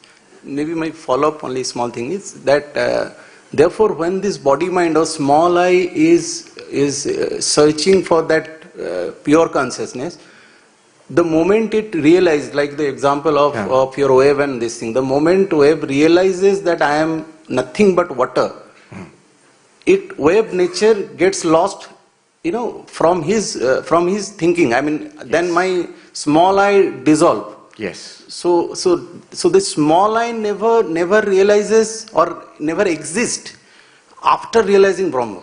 Can I say like that? You can say it no longer retains its separate individual nature as a small I anymore. Yes. Exactly. That's why the small I cannot say Aham Brahmasmi. Yes. You're right. That's a good observation. Thank you. Thank you. Yes. Namaste. Namaste, Pranam, Swamiji. My name is Mari. Yes. I follow you all over the world. So my question is Brahman or the Sakshi referred to in Drisha Viveka, where Krishna gives the answer or explains the nature of Sakshi in Bhagavad Gita, I think 13.1 or 13.2. Yes. Is that the same thing as what the quantum physics referred to the singularity or the unified field? That you have to ask a quantum physicist. Okay. No, I am very careful about going into fields which I have very little expertise in, especially because I have friends who would tear me to pieces if I said something silly about quantum mechanics or, we have our Mahan Maharaj, who is a pure mathematician working on string theory. So if I start pontificating on quantum mechanics, he'll have a few harsh words for me. So no need to use those terms. It's not that you are entirely wrong about it. It is, we are not at the position where we can map those concepts to Advaita concepts or Advaita concepts onto those concepts. But let me put it in the words of Brian Greene. He's a cosmologist working at Columbia. But he's very well known for some very nice books he has written, Elegant Universe. So I asked him this question. The conclusions of Vedanta, Upanishads, and the conclusions of modern cosmology, they sound very similar. What is your take on this? So his answer, he said, what is said in Hindu cosmology, that is not science, but it's more like a poetic rendering of the same truths, which we are beginning to understand now, which is a wonderful statement to make. I mean, he's very precise that way. It's not modern science, what the Upanishad says, but it is remarkable how much parallel there is between these two. And what you are asking about, quantum mechanics, maybe the collapse of the wave function, all these things, as far as I have read, these are still open to interpretation. And I think our theories of consciousness have an important role to play in this. That's what I will say. More than this, I cannot say, and I don't have the expertise to say this. Thank you. Okay, thank you. Pranam Swamiji, my name is Samir Desai. My question is the Vedantic self, with a capital S, same as the Buddhist non-self? Big question. No time. I had asked the same question to a great Tibetan Buddhist master. I was a newly minted monk. I remember 2004. I was wandering in the Himalayas, then I went to Dehradun. There's a place called Kishanpur, where we have Ramakrishna Mission Ashram is there. Near that, one of the greatest Tibetan monasteries is there. The Tibetans have different groups. So Dalai Lama's group is called Gelugpa. So the Sakyapa, they have their monastery there. And the head of the Sakyapa tradition is called the Sakya Trijin. So not the new one, the earlier one was there. He was a very powerful person. So I went to him, long line of people. I was a young monk, so I went in, a new monk in that line. And when my turn came, others were asking for blessings and all of these things. And I think I was the only Indian, others were all Tibetans. When my turn came, I said, I am a monk of Ramakrishna Mission, a Hindu monk, Advaitin, and I have a question for you. He looked amused. He said, what is the question? He just asked. And I said, is the Atman of the Advaita Vedanta and Anatman of the Buddhists, non-self, are the same or different? So I still remember, he was a huge man, big face. He looked at me, he smiled and he said, big question, no time. Yeah. Direct answer, if you ask me, yes. I think both are, they seem like, they are like mirror images. They seem, on paper, they seem completely opposite. But they are like mirror images. They seem to be pointing to the same truth. Right. Right. Thank you. Namaskar Swamiji, my name is Manashij Bhattacharya. Yes. I often listen to you and your words definitely give a lot of solace to my life. Very difficult times, I hear you and get a lot of peace. So as a layman, see, there are a lot of esoteric questions have been asked today. I'm a very ordinary human being who passed my daily life working and earning for my family. I want to ask a very simple question because I'm not sure I'll be ever able to interpret and analyze and then implement all these teachings, learnings in my life. So I'll purely go by what you say, Swamiji. First of all, do you believe, Swamiji, that praying helps? First question, number one. Yes. Okay. If it helps, right, how does it help a human being in his life praying? And if one prays, how does one should pray? Should they pray to God by asking them something, or should they pray to God by just saying that you are great? Okay. I mean, what should be the one's prayers, and why should one pray? I have seen so many people living a fantastic life without even going to temple once. True, true. So, why does prayer help? Yes, it helps. Yeah. Because at many levels it helps. It helps because it is a recognition of a greater power. As you said, there's so many people living a fantastic life without even going to the temple once. So since they're living a fantastic life, they don't feel the need to go to the temple, right? Or the church or the mosque, because I'm fine. Why should I never pray to anybody? I'm doing great. The answer is, all right, wait a little bit. So,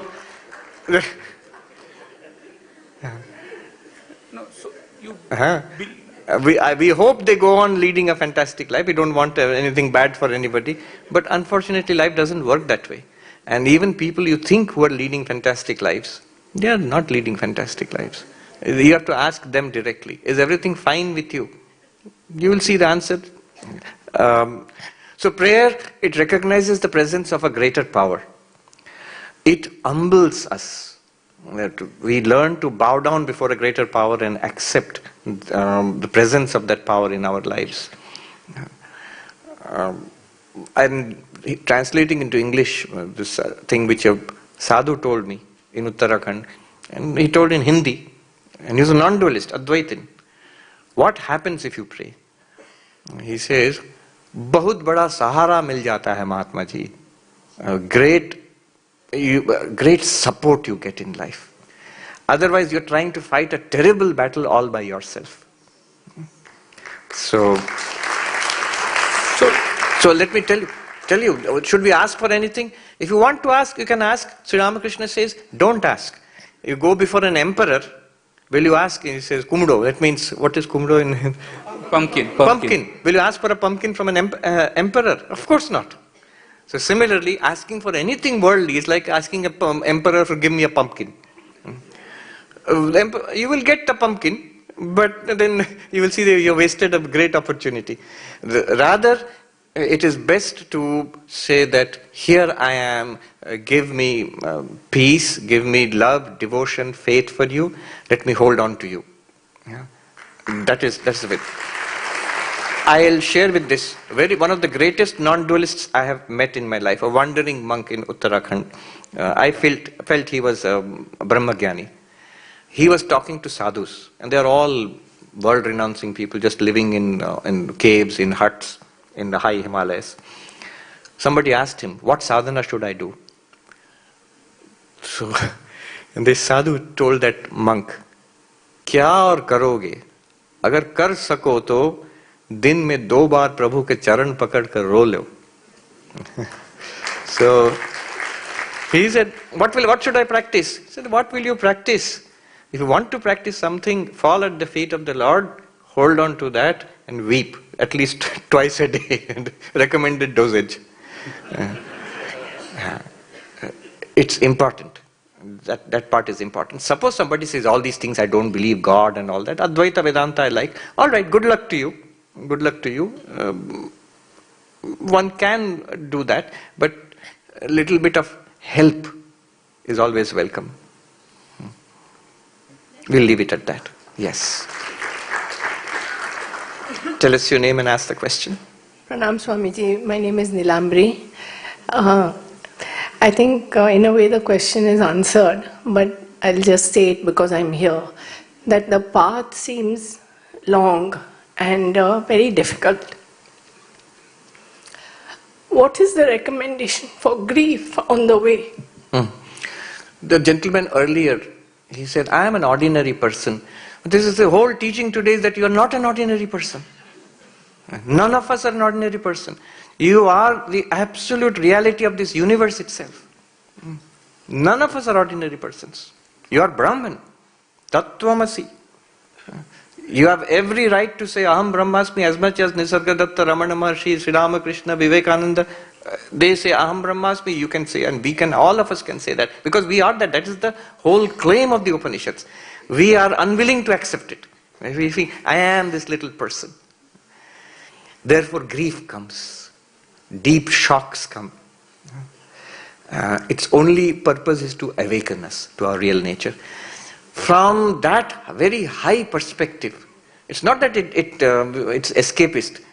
All of what has caused us grief, and I know what you mean, all of what has caused us grief, it's true at a particular level. But as we expand, become greater and bigger, from a very cool perspective, from that high perspective of limitless existence, limitless awareness, we begin to see that at least at that level it is all right. There is no death there. There is no loss there. There is no coming and going there. And that is the reality. And what we call grief and this samsara and the big shocks and ups and downs of this, they are appearances in that reality. We begin to see that. That gives a lot of peace. It will not change what has happened. It will not change what has happened. But it will give you a lot of peace. Thank you. Last question. Pranam Swamiji. Namaskar. My name is Pratik, and I want to ask you one question. Hindi में पूछा तो चलेगा? हाँ जी, पूछिए. Swami ji, Swami Vivekananda sir ने कहा था कि I am the sound without the form. In one of his sayings. So जब हम साइलेंट में होते हैं, एकदम पूरा साइलेंस में होते हैं, तो एक साउंड आती है which we call as sound of silence or something called as om. It sounds like om. So is that the supreme reality? वो स्वामी जी कहे थे I'm a voice with, I'll be a voice without a form. Yes. What he meant was हम चले जाएंगे. I am going to give up the body. He passed away when he was 39 years old, right? Yeah. But his message continues. So Swamiji is present in the complete works of Swami Vivekananda, Gyan Yoga, Bhakti Yoga, Karma Yoga, आप पढ़ेंगे तो उस letters of Vivekananda पढ़ेंगे, Colombo टोलमोडा lectures पढ़ेंगे, तो Swami Vivekananda is present there. Roma Rolla, he writes that when I read, 30 years after Swami Vivekananda passed away, he says, when I read the words of Vivekananda, I get like an electric shock. And so imagine those who heard these words directly from the lips of that hero, what kind of effect it must have had on them. So that's what he means, I am a voice without a form. The form of Vivekananda may go away, but the message of Vivekananda is continuously there. Aap Vivekananda ki books padhenge, that same power you will get today. The other part of the question which you asked, Om. Silence में ओम. अक्षर योग में mention किया है, यही वो ओम है. Like जब हम साइलेंस में होते हैं पूरी तरह से, तो एक साउंड आती है एकदम. हाँ. I'll just give you a brief answer to that. You have to think about it. Is Om the ultimate reality? Mandukya Upanishad says yes. There is the ultimate reality, and its name is Om. Om is that ultimate reality. आप जो बोले silence में एक sound आता है, वो sound की ultimate reality है. साउंड अल्टीमेट रियलिटी नहीं हो सकती है. Sound of silence. Sound of silence भी अगर वो भी ऑब्जेक्ट है, हाँ, लेकिन अल्टीमेट रियलिटी वहां पर है. वो क्या है? वो आप हैं. आप जिसको ये अनुभव हो रहा है कि साइलेंस में एक साउंड है, वो जो अनुभव कर रहा है वही चेतन, वही अल्टीमेट रियलिटी है. हाँ, थैंक यू. ओम शांति शांति शांति. हरि ओम तत्सत्. Shri Ram कृष्णार्पणमस्तु. Thank you very much. Thank you. Thank you.